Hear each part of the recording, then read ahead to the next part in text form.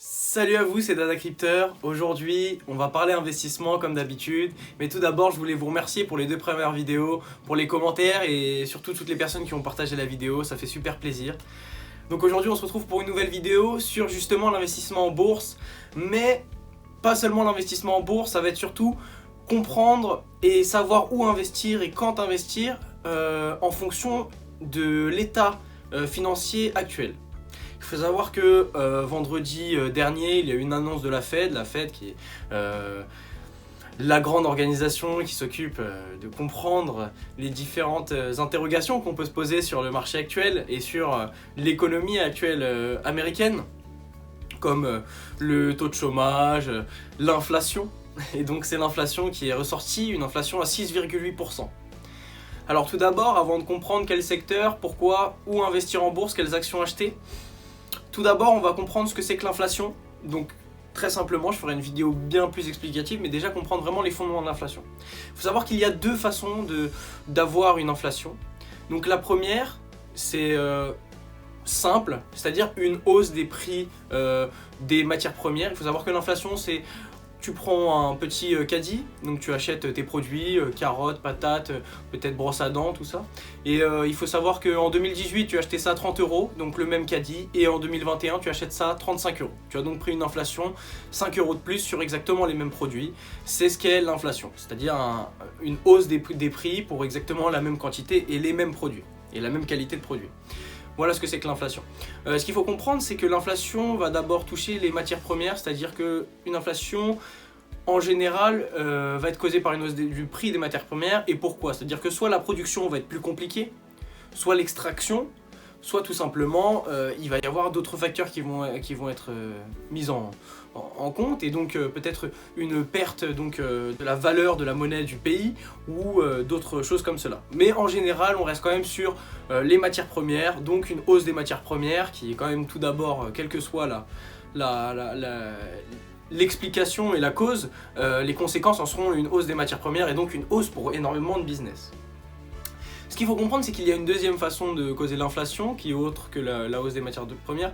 C'est-à-dire que vous allez avoir un produit qui va être vendu par une entreprise. Cette entreprise va donc vendre une grande quantité de produits. Malheureusement, même si elle vend, par exemple, on va dire un téléphone à 400 € et que le téléphone est génial et que le téléphone se vend très très bien, même un peu trop bien, eh bien il n'y aura plus de stock.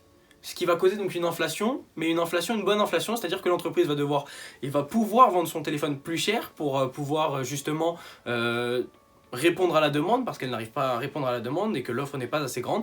Donc elle va augmenter le prix pour faire en sorte qu'il n'y ait pas assez de personnes qui puissent l'acheter et donc satisfaire toute la demande.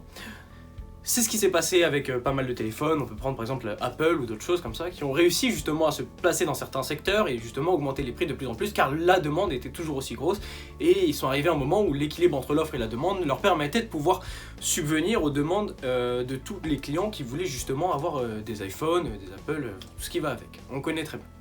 Donc ça, c'est pour expliquer vraiment la première partie, donc comprendre vraiment l'inflation, vraiment quelles sont les conséquences de l'inflation, donc la hausse des prix d'un bail moyen. Bien évidemment, il faut comprendre que l'inflation n'arrive jamais sur une seule partie du secteur. Il peut y avoir des problèmes sur un secteur, bien évidemment, mais en général, quand on parle d'inflation, on parle d'inflation totale, donc comprendre un peu tous les différents secteurs, les 11 secteurs qui existent boursiers, et donc en comprendre où ces secteurs vont être impactés. Il faut savoir que des entreprises de services vont beaucoup mieux réagir. Donc je disais, les entreprises de services sont bel et bien moins touchées. Bien évidemment, une entreprise qui devra se déplacer par exemple à domicile ou quelque chose comme ça sera impactée par justement le coût du pétrole, si le pétrole augmente ou non. Sera donc une plus grosse charge bien sûr mensuellement. Ce qu'il faut comprendre, c'est que vraiment les entreprises qui vont vraiment être touchées, c'est les entreprises qui sont dans des secteurs super compétitifs. Et pour cela, je vais vous donner donc un exemple, ce qui sera beaucoup plus simple d'imager cet exemple. Donc le secteur ultra compétitif, pour moi, je vais prendre la voiture tout simplement. Il faut savoir que quand vous allez acheter une voiture, la voiture va donc dépendre énormément de la qualité des pièces, donc des matières premières, et également de la disponibilité et du prix à laquelle elle va acheter les matières premières.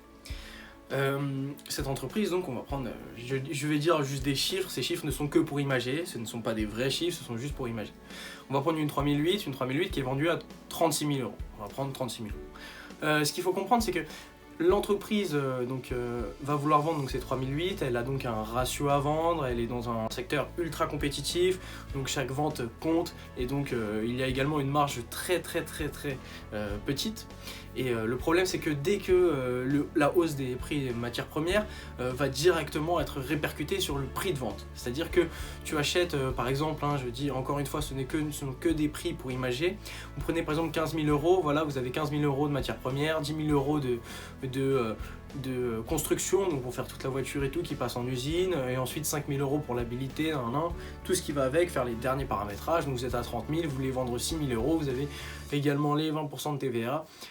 Donc vous reste vraiment une marge toute petite.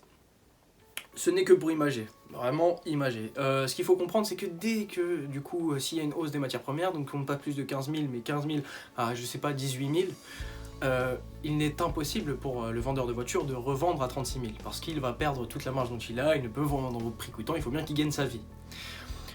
C'est à ce moment-là, en fait, que intervient donc l'inflation, et donc que c'est là que c'est très compliqué pour ces secteurs très concurrentiels où justement la hausse de prix de cette voiture va donc passer de 36 000 à 39 000 et pour vendre donc cette voiture, cela va être donc beaucoup plus compliqué.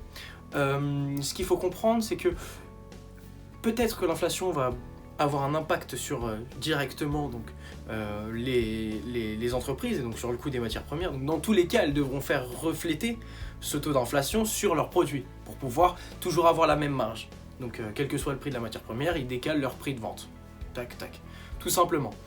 Ce qu'il faut savoir, c'est que là où c'est compliqué, c'est que ces types de secteurs sont vraiment des secteurs très concurrentiels et donc là où il va vraiment y avoir un problème pour vendre en fait, c'est que la personne qui vient acheter une voiture, si de base elle s'est donné un budget de 36 000, son salaire n'a peut-être pas augmenté et son budget n'augmentera pas en fonction de l'inflation. Vous êtes donné 36 000 pour acheter une voiture, vous allez donc acheter la voiture à 36 000. Et si cette voiture est passée à 39 000, vous pourriez donc changer de modèle pour 3 000 € et avoir à peu près les mêmes choses qui vous conviendraient et donc tomber toujours sur votre... Donc c'est une possibilité de perte de clients du fait que une augmentation des coûts ne bénéficie pas, le client ne bénéficie pas également d'une augmentation de son salaire en fonction de l'augmentation des coûts et donc du prix de vente de la voiture. Donc quand il va acheter la voiture, il va dire attends là elle est 3 000 € plus chère qu'il y a 2 mois. Bah oui mais l'inflation est de 6,8%. Bah écoute, moi j'ai appliqué les tarifs, donc qu'est-ce que tu veux faire? Et là c'est le moment où le client il dit écoute, moi je vais aller voir un petit peu ce qui se passe autour parce que j'avais dit ok pour 36 mais 39 c'est un peu trop. Et oui le prix c'est le prix, et si le client a un seuil psychologique dans lequel il ne voulait pas s'engager, il ne s'engagera pas au-delà. Et donc c'est là le problème des sociétés justement ultra compétitives, ou justement des secteurs ultra compétitifs où il y a une très faible marge et qui dépendent énormément des prix des matières premières ou justement des prix dus à l'inflation. Contrairement à justement une société de service qui pourra ne pas changer ses prix car du service reste du service. C'est donc le savoir-faire qui est vendu de la société et pas du tout justement ce coût des matières premières. C'est-à-dire que même si vous travaillez en informatique, même en carrosserie, bien sûr, le prix, donc vous allez avoir le prix par exemple de la pièce que vous allez devoir changer, un pneu, je ne sais pas, 120, 130 €, il prendra ses 6,% d'inflation, vous le vendez 140, 150, j'imagine ça. Ce qu'il faut comprendre, c'est que dans tous les cas, votre intervention pour modifier un pneu, ce sera 100 €. Ce sera le même travail, le client il paiera plus cher son pneu, mais ce sera le même travail, vous changerez le pneu, ça coûtera 100 €. C'est ça, et donc les entreprises de service sont impactés pour tout ce qui est gasoil et tout, mais ne sont pas impactés, c'est-à-dire sur leur principale activité qui leur permettra de se rémunérer. Donc du coup, ce qu'on me dira, c'est « Mais Rémi, dans quoi j'investis alors en période d'inflation, en période économique compliquée? Qu'est-ce qu'on fait ?» Et là, je vais te dire, regarde, en vrai, c'est un petit peu de la logique et du bon sens. C'est-à-dire que tu sais que, vu que tu vois que ton argent perd de la valeur, parce que les paniers deviennent plus chers, parce que tes biens de consommation deviennent plus chers, tout ce que tu veux acheter devient plus cher, même un ordinateur devient plus cher. Et les ordinateurs ont pris la plus grosse hausse, je pense, en termes de prix. Du coup, tu te poses et tu te dis quelles sont les choses que les gens n'arrêteront pas d'acheter. Et là, la première chose que je vais te dire, c'est que si tu es père ou mère, tu comprendras que tu achèteras toujours des couches pour ton fils. Tu comprendras que le matin, tu auras du pain, tu auras du beurre, tu achèteras de l'huile, de l'eau. Tu achèteras également tous les produits de consommation en fait qui sont liés justement à la vie que tu as tous les jours, au fait de se nourrir, au fait de se laver, au fait de tous ces produits-là qui sont donc des biens de consommation courants et donc qui permettent en fait d'être toujours achetés. C'est-à-dire que personne n'arrivera devant un étalage de couches, dire j'ai besoin de couches pour mon fils parce que là on n'en a plus du tout, et qui va dire mince c'est 1 euro plus cher, bah je lui prends pas de couches, il va se démerder. Non, il n'y a personne qui va dire ça. Parce que les gens feront en sorte justement d'acheter ces produits. Et donc c'est là en fait qu'on a toute la différence, c'est-à-dire que dans ces moments-là compliqués, les sociétés qui résistent le mieux, ce sont les sociétés qui sont vraiment primordiales à la vie. Il est clair que ce ne sont pas des sociétés qui te permettront d'avoir un énorme rendement, ce ne sont pas des sociétés également qui te donneront 6, 7, 8% de rendement, mais ce sont des sociétés qui te protégeront de l'inflation. Ils te protégeront parce que les sous seront investis, car ils augmentent leurs dividendes petit à petit, année après année, et ce sont des sociétés qui sont tout simplement au centre et au cœur de la vie de tout le monde. Tu passes à n'importe quelle heure devant un Franprix ou un marché U, dans tous les cas tu iras parce que tu auras besoin de te nourrir, tu auras besoin d'autres possibilités et donc d'autres produits qui sont fournis justement par ces grandes institutions. Il y a également un deuxième secteur qui d'ailleurs est devenu très populaire ces 2 dernières années, c'est donc tout ce qui est dans le médical. Et bah oui, si tu as besoin de te nourrir, tu as également besoin de te soigner. Donc quand tu vas te soigner, et bah c'est simple, tu ne rigoles pas avec la santé, parce que la vie c'est la santé. Donc ce que tu vas faire, c'est que bien évidemment, tu feras en sorte de mettre les moyens qu'il faut pour pouvoir te soigner. Et donc ce sont toujours des secteurs, donc ces 2 secteurs, les biens de consommation courante et donc la santé, qui permettent justement d'être toujours à l'écoute et toujours plus utilisés en tout cas, par les citoyens en général et par tout le monde, parce que quel que soit le prix qui sera promulgué et demandé, les gens n'auront pas peur de mettre le prix qu'il faut, car ce sont des choses nécessaires à la vie. Donc ce sont des besoins primaires. Et donc ce qu'il faut comprendre, c'est qu'il y a certaines sociétés, bien évidemment, on a vu des sociétés pharmaceutiques exploser ces dernières années, on a vu pas mal de choses se passer, on a vu des actions Carrefour descendre, il n'y a pas de souci, mais dans tous les cas, ce sont toujours les sociétés qui superforment. Vous n'allez pas avoir une société de voitures qui va superformer pendant une hausse d'inflation, c'est impossible, à part si c'est Tesla qui vend un nombre de voitures incroyable et qui est dans l'innovation totale. Il n'y a aucune voiture et aucune marque de voiture et action en bourse qui a permis justement de se développer totalement lors de ces périodes. Par contre, à l'inverse, ce sont lors des grands moments boursiers, lors des grands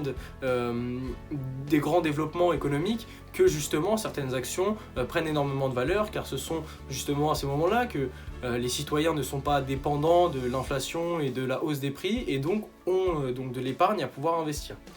Et donc à pouvoir dépenser, investir et autres. Donc c'est là, à ces moments-là, que justement ces sociétés superforment. Et donc là, on est complètement à l'opposé, et on voit que clairement, on est un peu dans un climat de peur, on voit que les gens font attention avec leur argent, on ne sait jamais ce qui peut arriver. Donc il y a tout pour se restreindre au strict nécessaire, et donc se tourner vers la santé, et donc les biens de consommation courante. En tout cas, j'espère que tu as bien aimé cette vidéo. Pour moi, c'était un plaisir.